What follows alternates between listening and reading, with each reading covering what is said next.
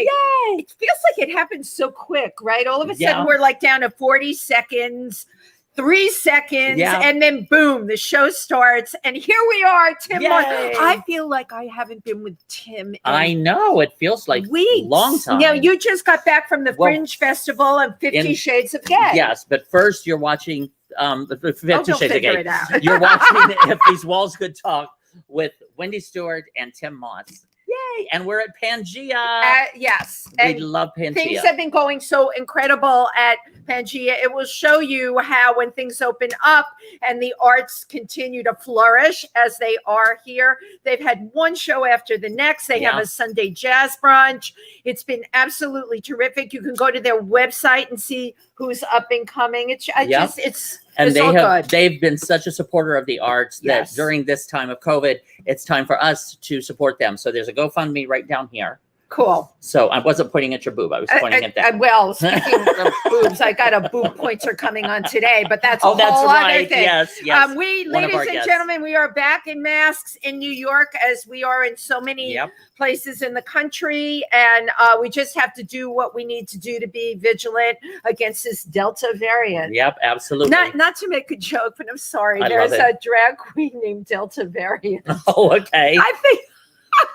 I was suggesting that actually. A name like that. So how was the Fringe Festival? Yes, Ike Avelli has a show called 50 Shades of Gay, and I'm usually the musical guest in that.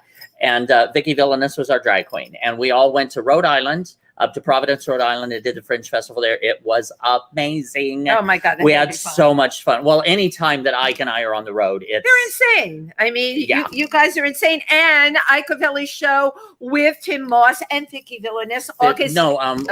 Jackie Dupree. Jackie Dupree, okay. August. I made a mistake. I do sometimes. August 8th in New York at the Triad Theater. You can go to ikeavelli.com and get tickets for it. Please be there. It's a 7:00 show, so be there. Or be square. I produced I produced a number of shows, but I produced my first one-person show with Jonathan Charles Fox, upstate New York, this weekend called Out Loud and Proud. I thought of the title for it too. I have to take credit. He was on Fame. A lot of you would recognize him if you came to the show. He does a one-person show, which is really stream of consciousness. I love when people work unscripted. I'm an unscripted girl myself. Tim loves to work unscripted. And the show was wonderful. It was really about coming out in a time when, you know, your parents did not accept you for doing that. And I was there. Right. And Jonathan's story was a story so many people could relate to, and we sold out. And last Wednesday, I was so happy to work on a new pilot with Soho Johnny. I love Soho Johnny. Oh my God, he's so fabulous. And I met, listen, there's a lot of comedians out there. I met Sheba Mason, and I got to tell you, she is so funny. Your hand is in the frame. She was so funny.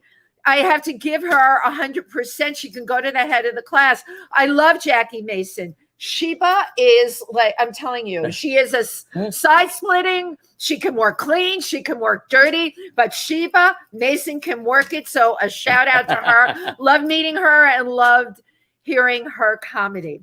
Oh, and speaking of comedy today. My God. Okay, our guests today, my God, they're really funny.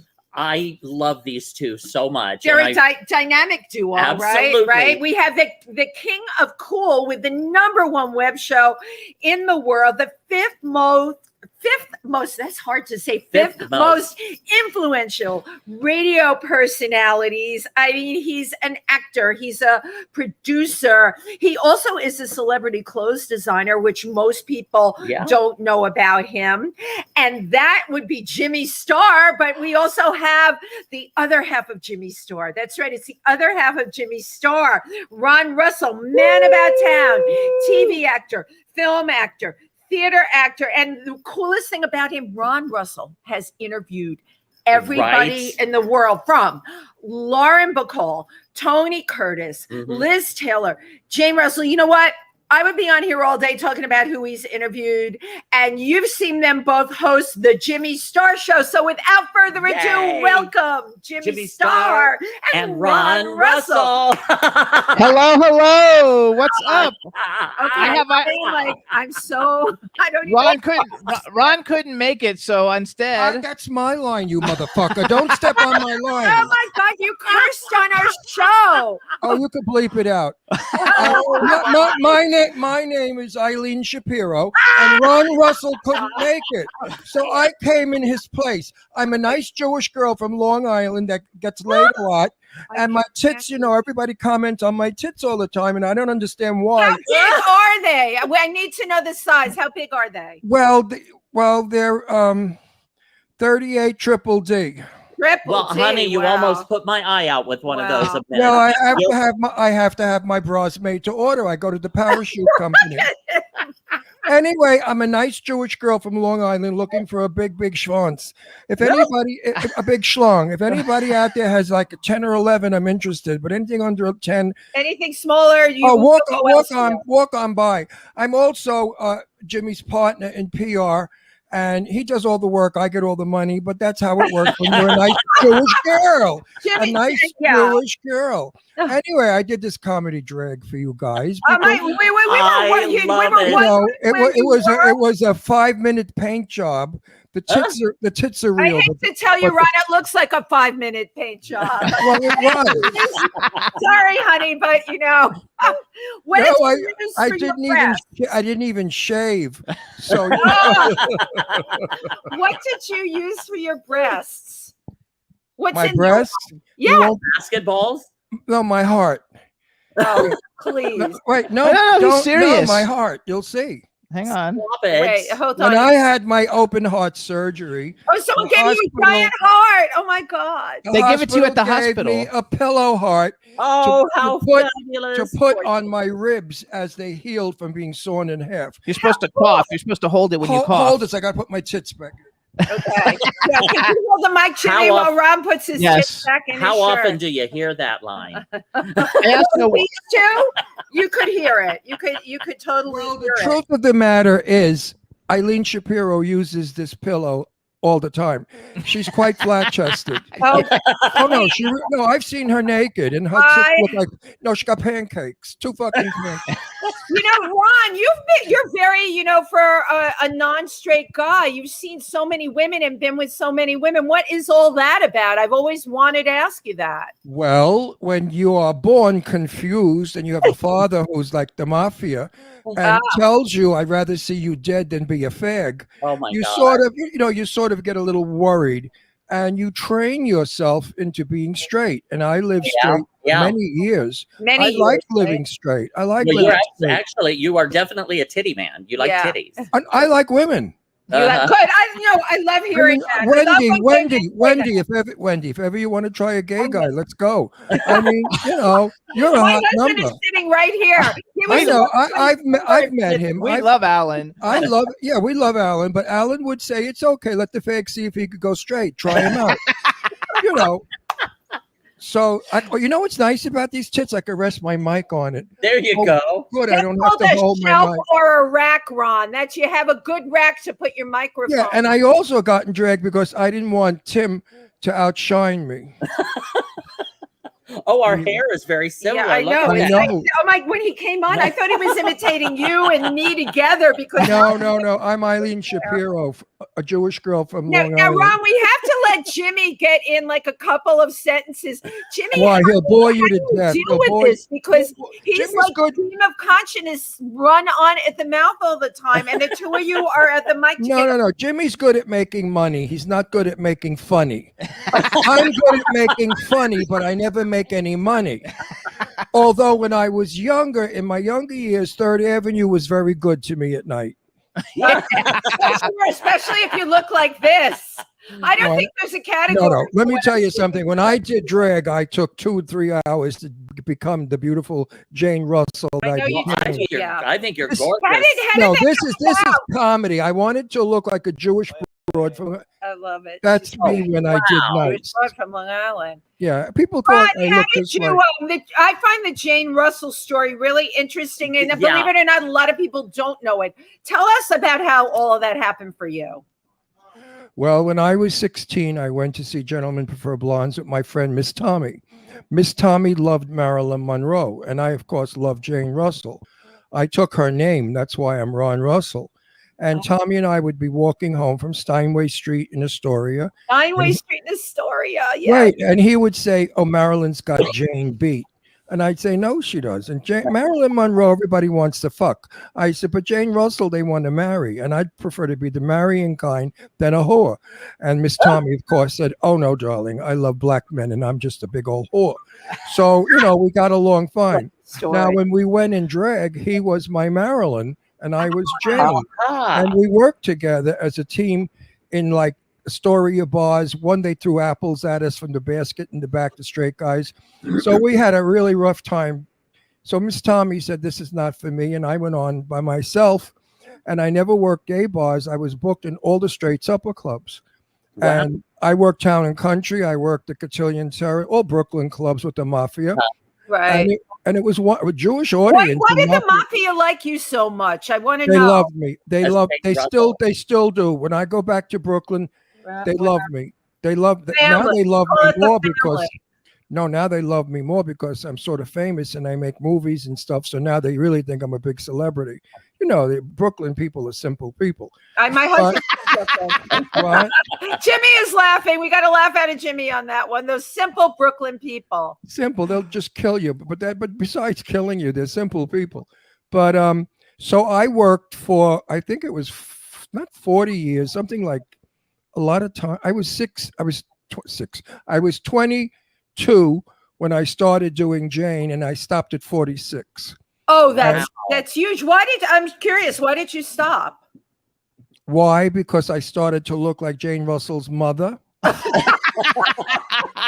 And you can't go out and say I'm the beautiful Jane Russell with my tits exposed, because I had a special garment made that made my pecs look like enormous tits, bigger than Eileen's. How do you? I'm always Ron. This is like show and tell here.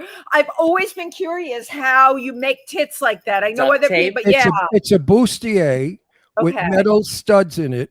Ooh, and a U at the very top. Oh. When you put your pecs in that and you're strapped in with lace, it's a painful thing. Your pecs go up. Now, when you put your bra on with your bean bags in the bra. You have bean bags in the bra. We've got metal here and then bean bags in the bra. And then you pull my gown skin tight, my pecs go up. And if I do this and this, they move, they bounced. This is before women put tits in, okay? Nobody had ever seen this. They didn't have fake tits. The only people that did this, Charlie Pierce, who's a good friend of mine, never did tits. But one other queen did, and her name was Fatima. And Fatima used to do the same thing. I learned from her about the corset. And when I would work, people would come backstage after the show, because I did 2 shows a night. I did a dinner show at 8 and a drink show at 11. I love 2 shows a night. Wow. 2 shows a night, Friday and Saturday, and I made $200. Wow. That was a lot of money back then. That was a lot of money. Now you became close friends with Jane Russell. How did the two of buddies. How did the two of you meet? Oh, gee, it's a long story. My partner of 46 years, Sal G. George, died of pancreatic cancer. So sorry. And I was beside myself, and I was freaking out. And we had a very big house up in Stevenson Ranch in California. And I went downstairs to the library because my daughter had given me a book, The Winthrop Woman, and I wanted to read it to get my mind off of my tears. And as I pulled the book out, a book fell on the floor and opened. And it was Jane Russell's autobiography. And it was Jane talking about losing her second husband, how she was suffering. And you might think I'm crazy. I wasn't on drugs. I wasn't drinking, but I totally get it. So does Tim. Yeah. I heard Sal's voice. And Sal said to me, find Jane Russell. Wow. And then I was walking up the stairs, and again he said, find Jane Russell. So I knocked on my daughter's door. I said, Leslie, we have to find Jane Russell. She said, go back to bed. You're dreaming. I said, no, I must find Jane Russell. Uncle told me so. And she was amazed. The next day, we drove up to Santa Maria, where Jane Russell lived. And I thought by some chance I could find her house. My daughter had to pee. So I was going to pull over to a gas station, and I passed it by. And Leslie said, Daddy, I've got to go. Why did you pass that gas station? I said, I don't know. Something is telling me to go to a nicer one. We went up the road, and there was another gas station. We parked. My daughter went to pee. There were two broads behind the food thing. And I said to them, listen, do you know where Jane Russell lives? And they said, yeah, on the fancy part of town. But I said, well, I'm looking to meet her and see her. They said, well, here's a brochure.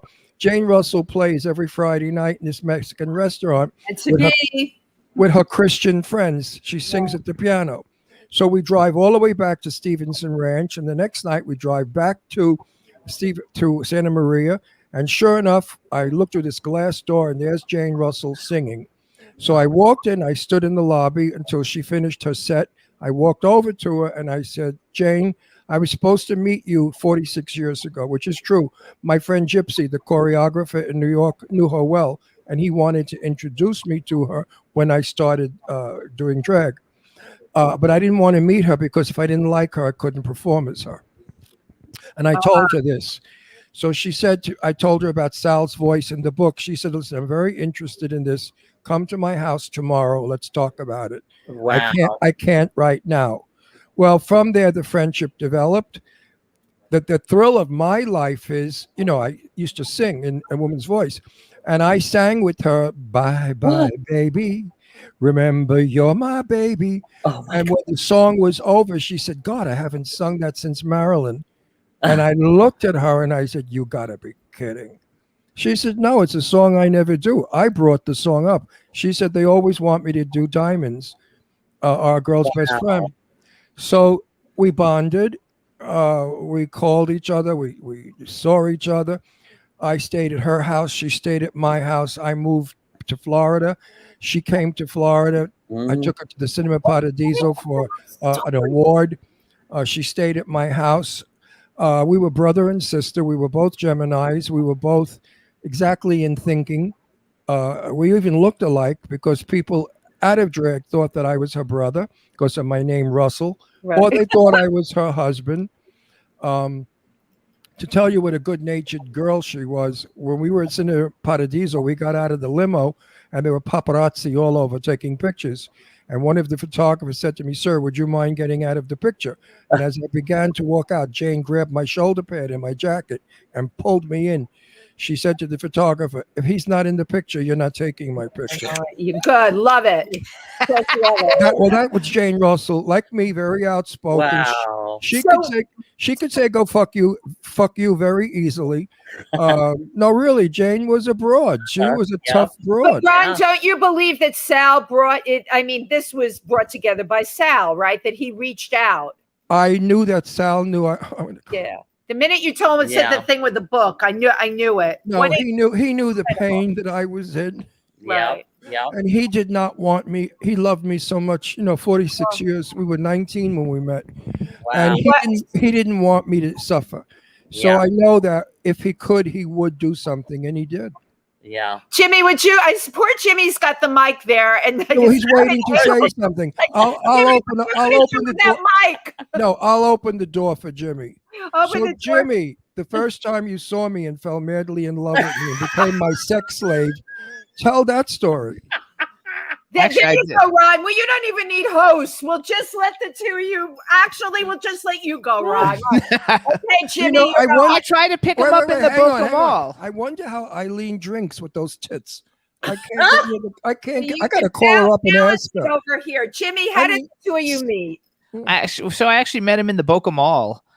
He was Florida. He was walking through the mall and he had white linen pants and a white shirt and white flip-flops on. White sunglasses. White sunglasses with his white hair with no underwear. And my meat was bouncing in my linen pants. I walked over to him and I said, "You're the most gorgeous man in this mall." And I said, "Get the fuck out of here."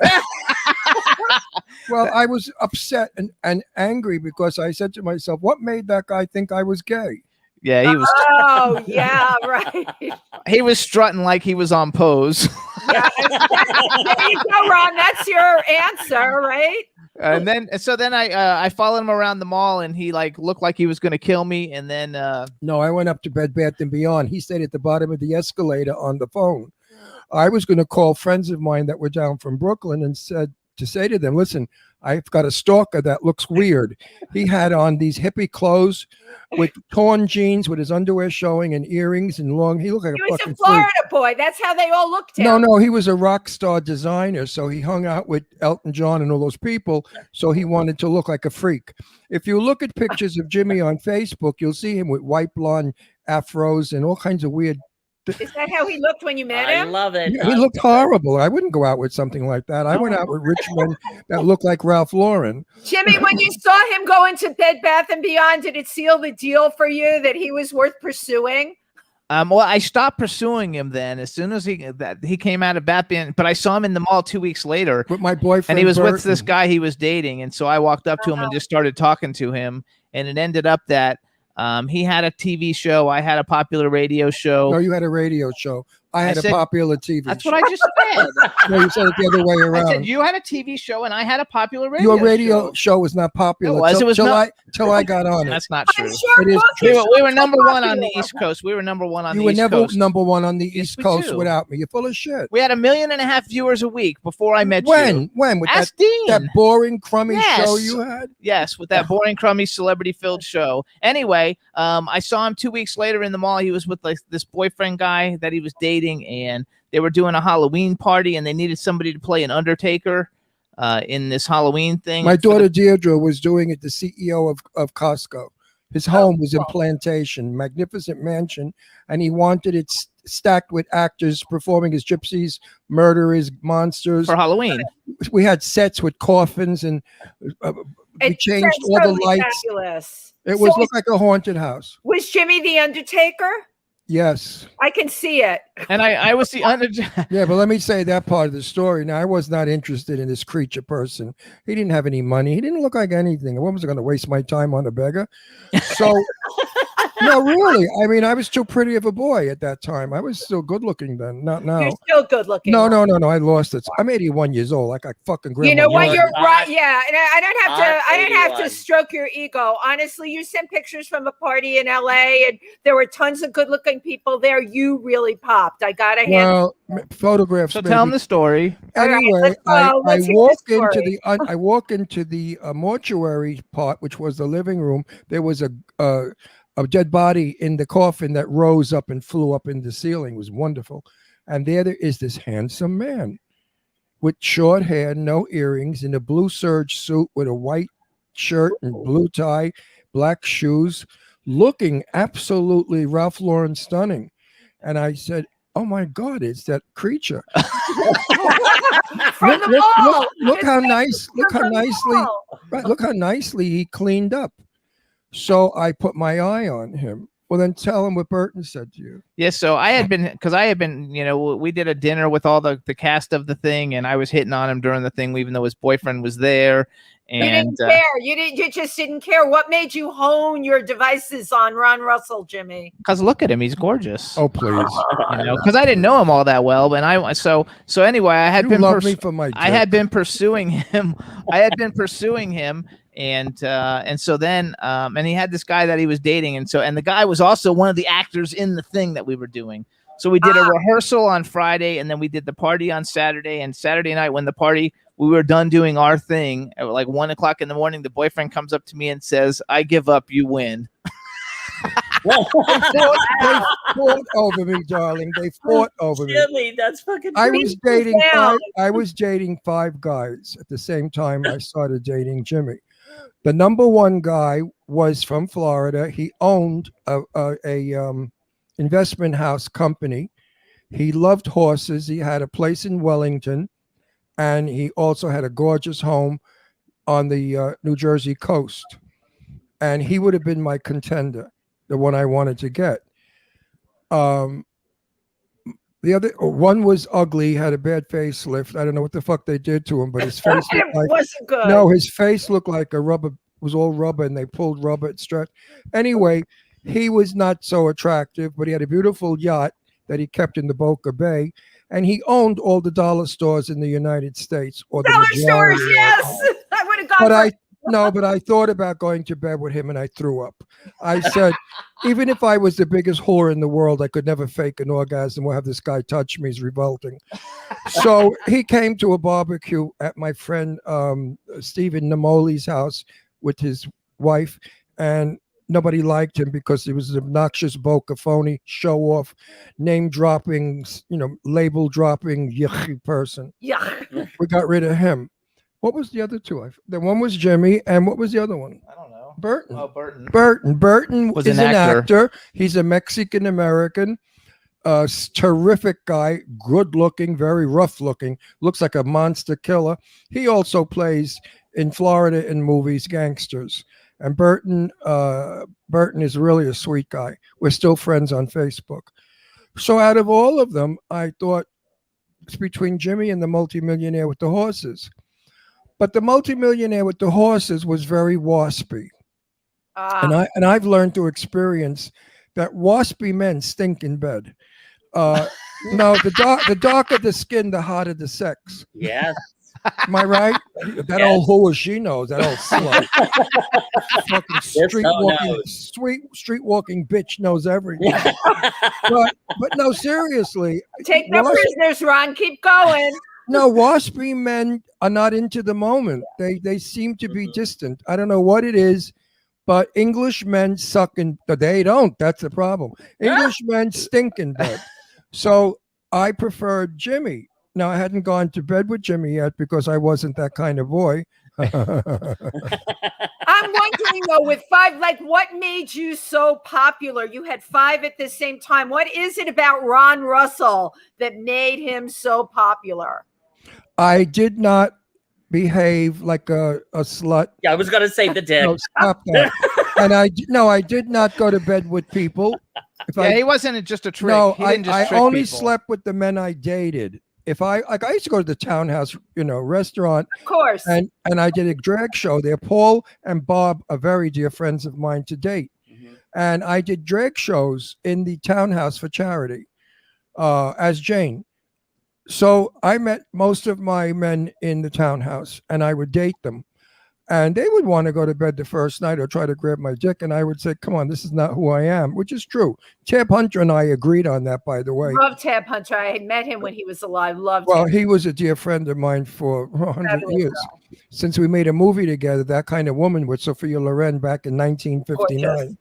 So Tab remained my on and off friend. We would see each other. And I said to Tab, "You must have such sex because you're so gorgeous, everybody wants to ball you." And he said, "No, Ron, that's not my scene." He said, "I don't do that." And Tab didn't. Tab was also He's not a one-night stand either. No, Rock Hudson wasn't either. Although in Rock Hudson's older years, he used to go to a gay bar in West Hollywood called La Vie en Rose, and he would be there trying to pick up these young hustlers. That's how come he got AIDS, because he was getting banged by the street hustlers, and they all had AIDS. And Rock only did that in his later years. When Rock was young, he was very selective. We spoke about it. I knew him pretty well. Gorgeous guy. I asked him one time, I said, "How come you never made a pass at me?" And he said, "Because we're friends." I said, "Fuck you, friends." make a pass, you ninny. But anyway, Jimmy, talk. Jimmy, how long? Jimmy, listen, Jimmy. Tell them how. History. No, wait a minute. Wait a minute. I have to guide Jimmy. No, you don't have to guide. Wait. Tell everyone how wonderful I am, fabulous, gorgeous, terrific, and modest. No, go ahead, Wendy. What did you say? First of all, how long have you two been together? See, I'm going to get all my questions in at once because with Ron Russell, you can't even get a damn question in. So we got married on my birthday. Don't answer yet. I got a couple of them. How long have you been together? Did you have a long relationship before this, Jimmy? And how old were you when you came out? That's 3 in a row. There we go. It's your ball. Bam, bam. Run with it. So our 10-year anniversary will be October 15th. We got married on my birthday. And so our 10-year anniversary will be October 15th. I was with someone for 25 years when I met him. Jerk off. When I actually met him, and I was kind of cheating on the side. And Ron said he's not going to be a backstreet hustle, so Ron went to the house. I would not be a backstreet boy. Whatever. So Ron went and met my father and told my father that we were going to be together and he was going to take me away. And my father said, "God bless you. Where have you been?" Because my father hated who my first companion was. Because he called him a pedophile. 25 years, really? Wow. Well, he called him a pedophile because Jimmy was a boy and he was 55. Yeah, I was 21 when I. Jimmy likes old bags. What's he doing with me? I know you did. I have no idea. Like older guys, you know. I don't understand why he's with me. So I was with him for 25 years. Yeah. And so Ron went in and told him that we were leaving, that we were in love. And the next day I moved out all my shit and I've never talked to him since. Wow. He was a psychiatrist and he was so fucking nuts that even another psychiatrist couldn't help the son of a bitch. Because he was that crazy. So then, and I came out. So I came out when I was with that guy, and it didn't go well. My family, 20 or 21. When did you come out? Like around 20 or yeah, about 20. No, actually, I think I started dating guys when I was 21, and I didn't actually come out till I was 25, and it didn't go well because my family didn't like it. I came out in the delivery room. The doctor was cute. Well, and while I was coming out of my mother's uterus, I grabbed his dick. Ron, we're not talking about you anymore. No, I know, but I had to throw that little bit of thing because I know that Tim loved that. Tim loved the idea. I grabbed the doctor's dick on my way out of my mother's uterus. Oh yeah, I came out when I was like 25. This when you came out of your mother's uterus. Anyway, Jimmy, let's get back to you. And you hit on the doctor. I know. I grabbed his dick. I didn't even hit on him. I just grabbed on it on my way out. I went. Okay, Jimmy, we're back at you. Okay. So no, I came out when I was 25. I think I was 25. I didn't get my family was not okay with it. My sister's a holy roller and everything. You know, like holy rollers. Your family? Not everybody, just my sister. Okay. My sister went on a bike ride when she was a senior in college on a 3-week bicycle trip through Europe with the Baptist church and just. That was it. That was it. She came back all fucked up. I showed my sister a beautiful picture of me in drag, really a good one, and she said to me, "Thank God, Mama and Papa are dead, and they don't have to see this." Oh, and she hasn't spoken to me since. Oh, wow. It's about 20. She's a born again Christian. It's about 25 years now. Wow.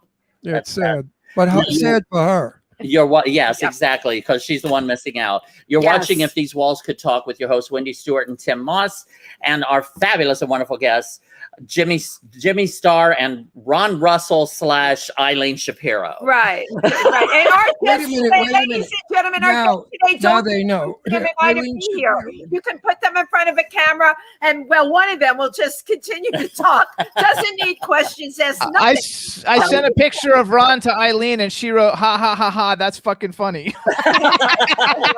Now on here, we have a lot of comments. Just a second, just real quick. Cool people in the chat room. Dawn Hinton. I love Dawn today. Dawn. Hey, Dawn. Dawn Hinton says, "Ask Jimmy who he dressed." Oh, I've dressed everybody. Every major horror movie star. We've got Elton John. We've got every horror movie star: Malcolm McDowell, Doug Bradley, Robert Englund, Ron Russell. What's the guy from the mob show? Van Zandt. Stephen Van Zandt, George Clinton, and he used to be rich, Jimmy. I met him; he didn't have a fucking nickel. And can I tell you, I've seen Jimmy's creations absolutely out of this world. And I said to Jimmy, "Why did you stop doing this? And when are you going to start it again? You would die for the stuff you designed." No, I had a very good time. It was a blast. I had 2 stores in South Florida. We had a really good time. The psychiatrist husband ruined his business, and he lost $4 million. Tell that story.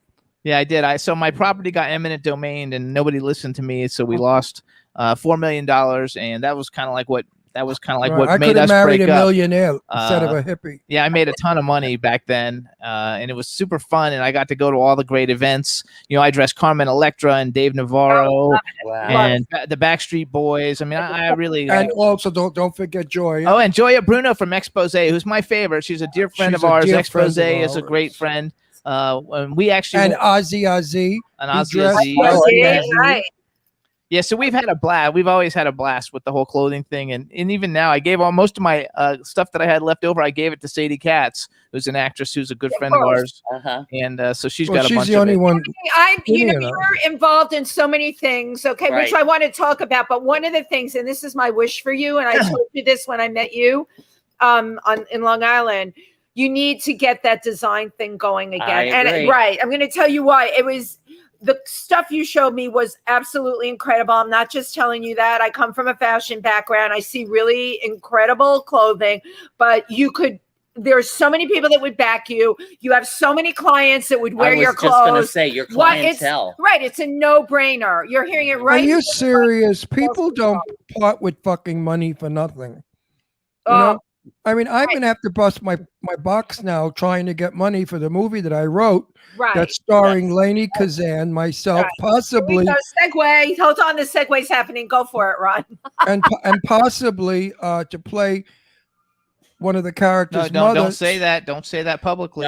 Yes, I can. Yeah, I am asking Susan Sarandon soon if she would like to play the mother of somebody in our movie. We need. Our producer said $5 million. I said no way. We could do it on $2 million because if we do it in Atlanta, we get back $1 million for the investors. Atlanta's very good for film.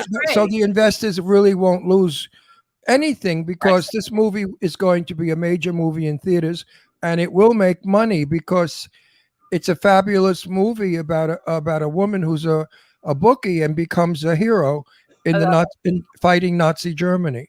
Comedy. It's a very good and it's a comedy. And people can contact you directly, Ron, right? If they're interested. If they want to give me a couple of $1 million, I'll even go to bed with them. if they're cute.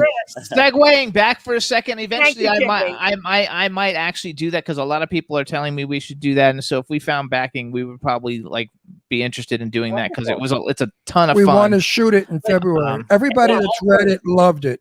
And Lainey Kazan. You're in a different conversation. I'm on my movie.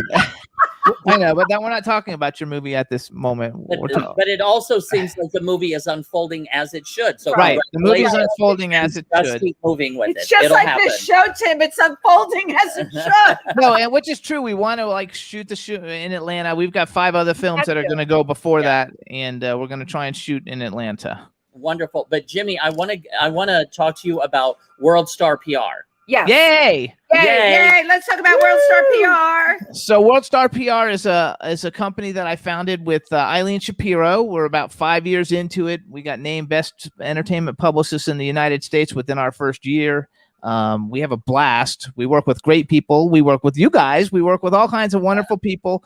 And we're having a blast with it. And actually, the story of the whole thing is very cool. We even have a comic book, Celebrity Ghost Hunters comic book. Because World Star PR came out of a celebrity ghost hunt that Ron and I did with Kadrosha Ona-Carol. Ricky Rebel.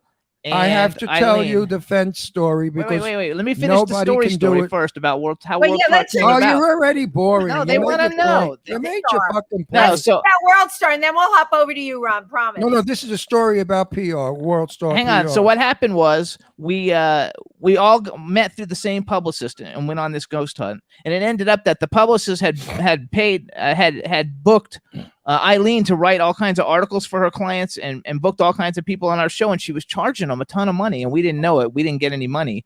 So the next day, Arlene came to me and said, do publicists come to get your help all the time for needing stuff? And I said, yeah. And she said, me too. She said, do you ever make any money? I said, not a nickel. And we had found out the lady booked 100 people on the show at $2,500 a pop. She made a ton of money. She made like $250,000, and we didn't get a penny. And she used to charge people $1,000 to get interviewed by Arlene. She smelled. And she smelled funny, yes.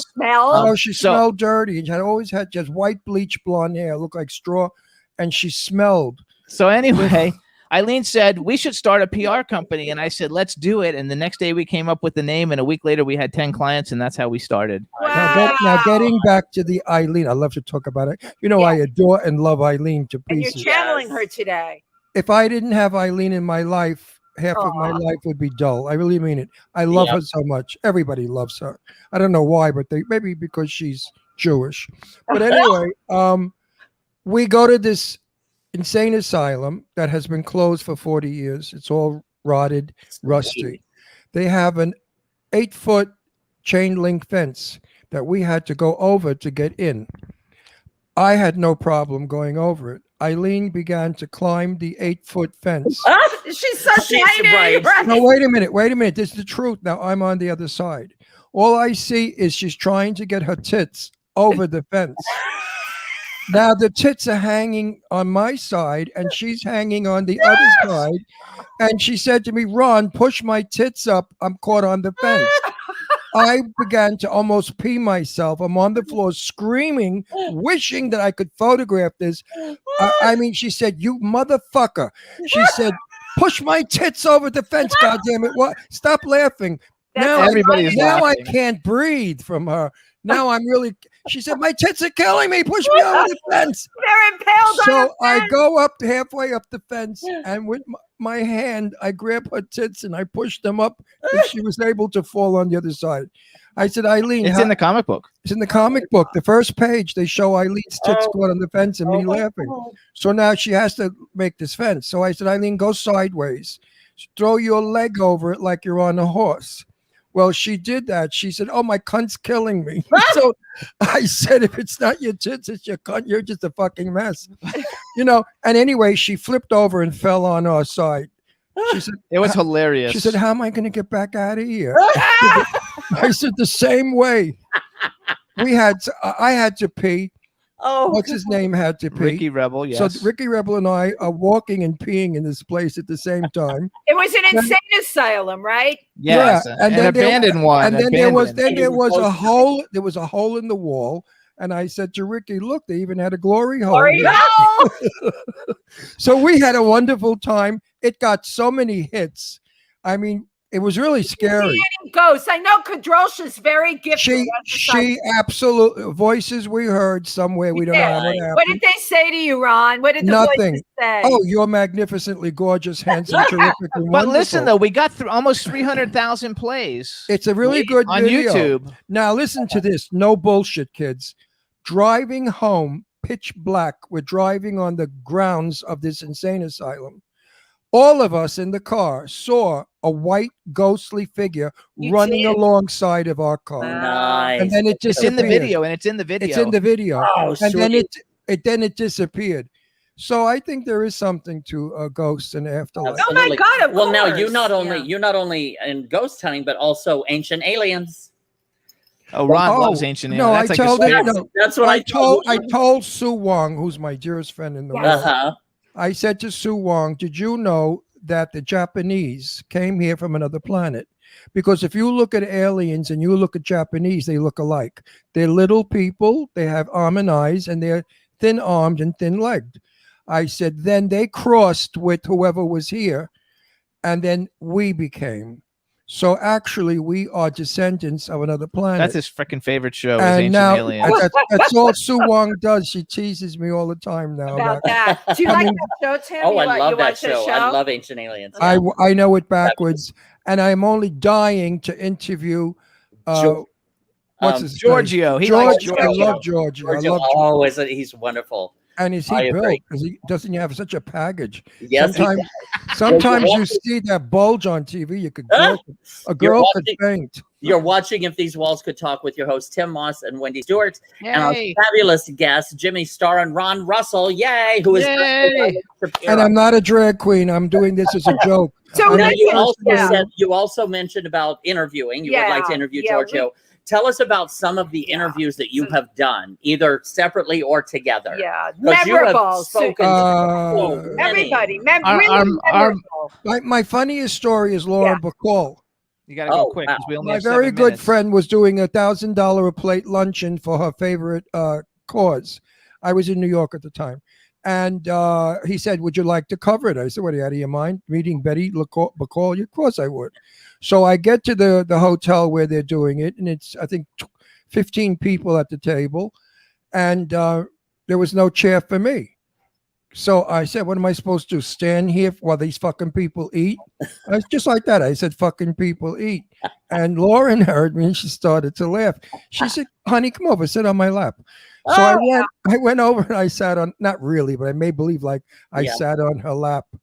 And I just found that was wonderful. She was, I was in her company many times. I was very good friends with Peter Allen. Peter lived at the Dakota. So did Lauren. And I went to Peter's birthday party at his house, and there were like 5,000 queens, all queens. It sounded like a den of snakes. I mean, those queens had loose dentures. But anyway, a pile of queens stuck in the middle. And I wanted to see who was in the middle. And it was Lauren Bacall, drunk out of her mind, could barely stand. And the queens were holding her up while she was holding court. She was a funny lady, dirty mouth, loved dirty stories, loved to talk about sex and stuff. And I really loved her. I was very upset when she passed away because she was also a great part of my life, as Jane Russell was. When Jane died, I was devastated. Of course. And Mr. Blackwell was my dearest and best buddy. Oh, my very good friend. We were like brothers. So I've lost so many wonderful dear friends. You've been, you know what, Ron, you've been there. You've seen a lot. I think I told you I want that memoir out. I really do. Jimmy, your clothing line, Ron, your memoir. That's it. And Jimmy, who were some of your more memorable interviews? Well, I think our most successful interview as a duo was John Barrowman, who's in he was in Doctor Who, and he's in like Arrow. I don't know. He's in all kinds of TV shows, and he's really cool because he's gay. He lives here, and he came on the show initially. As soon as the camera was on him, he was making out with a blow-up doll. Yeah. It was really funny. And so we got 10 million plays. Mine was Cloris Leachman. I interviewed her 3 times. The last time I interviewed her was in Florida. She was staying at a hotel. And she said, come on over, you'll interview me in my hotel room. I said, fine. She said, then we'll have lunch. I went to the hotel. I go upstairs. In the hallway, there's all furniture out in the hall. And the manager is throwing Cloris Leachman out of the hotel. They're throwing her out. And she said to me, she said, imagine the nerve of these motherfuckers. She said, they're throwing me out of this dumpy hotel. And I said to her, why? She said, because I was doing feng shui. And she didn't like the way the furniture, she wouldn't stay in the room because the furniture was wrong. So she put pieces out in the hall that she didn't want. So I interviewed her standing up downstairs in the hallway. Then we did have lunch. And I said to her, I said, Cloris, you are a trip. She said, you think so? I said, yeah. I said, nobody I know would ever put furniture out in the hallway because it was bad luck. She said, well, honey, I won't stay in that room because it was a jinxed room. Yeah. She knew. She totally knew it. Oh, my God. But I loved her. She had seen me for the first time with my white hair. And on video, she's caressing my face. And she said, Ron, I love all of this. You look so good. She was a kind lady. Crazy. And each time I interviewed her, she got nuttier and nuttier. But I loved Cloris Leachman. Yeah. I was very upset when we lost her, too. That was just recent. Yeah, Jimmy and Ron, I just absolutely love and adore the two of you. Me too. We are going to have you back on here so we can talk and hear more stories. Good. I got to go wash my face now and take my wig off. Now we do. The show is going to be on at 3:00, the Jimmy Star Show with Ron Russell. So anyone who's here, stay tuned. You can catch them. And tell us how people can tell everybody how they can find out more about you. Where can they go? Easiest thing to do is they can go to Macy's bathroom on the wall. My phone number's there. My phone number's there. JimmyStarsWorld.com has all of our information. Or he's Ron Russell Show on Instagram. I'm Jimmy Star Official. I'm Dr. Jimmy Star on Twitter. He's Ron Russell Show on Twitter, and he's Facebook. He's Ron Russell, and I'm Star Jimmy. You can see a lot of my celebrity interviews on YouTube. I have them all. Ron Russell set the record straight. And they're fabulous. And also, if you were in Macy's bathroom and you look on the wall, it's if you want a good time, and then my phone number. And then I have, if I'm not available, call Tim Moss. He's even better. And I have Tim's phone number. I said the only problem with Tim Moss is you better nail a board to your ass so you don't fall in. And you know what? On that note, it's just perfect. I love both of you. I That's really right. do. That's why I Listen, can't- we'll be in that's New why York. We'll be in New York in September. Yes, I Yeah, can't we're wait. So gonna But hoes that's affair. but Ron, that's why I can't sit on a bar stool. I slide all the way to the I love you too. Bye, you guys. Bye, you guys. Thanks for being on. Thank you. Bye. Thank you. It was tuned in fun. today. It was fun. Bye.